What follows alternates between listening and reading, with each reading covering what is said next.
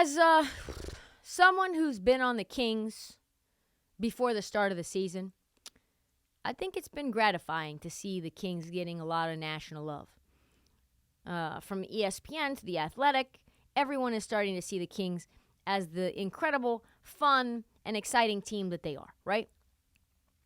And I think that the real game changer for the Kings, and I think we can all agree, it's Domantas Sabonis. Domantas Sabonis is the engine that makes the Kings go.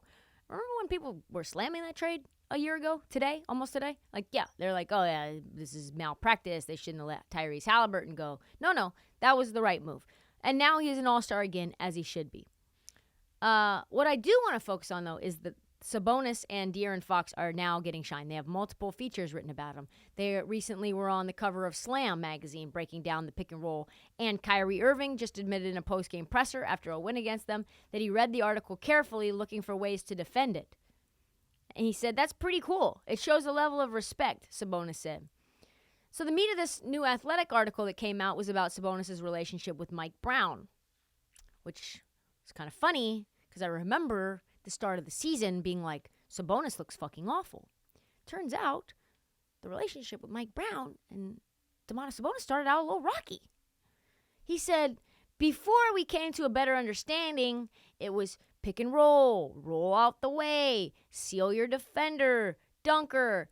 It was obviously things that I can do, but my strengths are in different areas that other bigs don't have, like playmaking in the post, in the little areas where I thrive. Sounds like Mike Brown was trying to get him to be Kevon Looney, and he was like, yo, no, I'm not Kevon Looney, okay? Like, I am much better than Kevon Looney.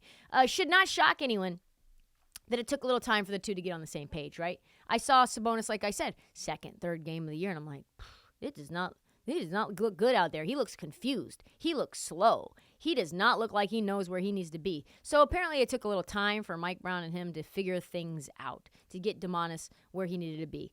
And remember, Mike Brown came from Golden State, where Draymond Green was the center of the defense, and Jordy Fernandez, who's the Kings' lead assistant, came from Denver, where the entire offense revolves around Jokic. So they want a passing big man in the center.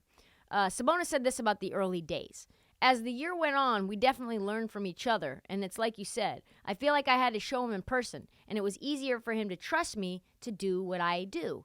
It's been great now. For most of the season, it's been great. But that beginning was a bit tough for me because I was trying to figure out the offense and how to be myself, at the same time trying to figure out what coach wants me to do. That's something I've experienced probably with every coaching staff, you know? At the beginning, it's always, okay, how do I figure out what they want and at the same time be myself? I know what I can do and I have confidence in myself. Man, did it work out. They figured it out pretty fast, too. Sabonis is now an all-star. He is deserving. The Kings are in third place in the West for the last month now, showing no signs of that going away. And then you add in De'Aaron Fox, who is a bona fide all-star, finally getting some shine as well. I love the supporting cast around him. I love Kevin Huerter. I like Malik Monk. Keegan Murray's a nice little rookie piece. Harrison Barnes is doing things. They got not a lot of depth, but a ton of talent. But in terms of where the Kings goes as far as where Sabonis takes them. And unfortunately, as we know, he's been dealing with a hand injury, a thumb injury. Probably should have given him surgery for it. And he doesn't want that because he wants to take this team to the playoffs. He said, obviously it's in pain, and knowing the timeline of surgery was 6 to 8 weeks to miss, that's like 25 games, and he didn't want to let his teammates down. So he opted to just play through the pain.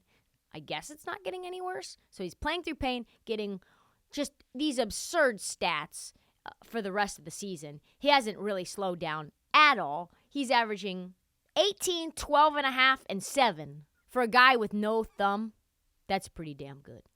So as long as Sabonis is relatively healthy, the Kings are a dangerous, dangerous team. And whoever came out and said negative things about the Sabonis trade, delete your fucking account.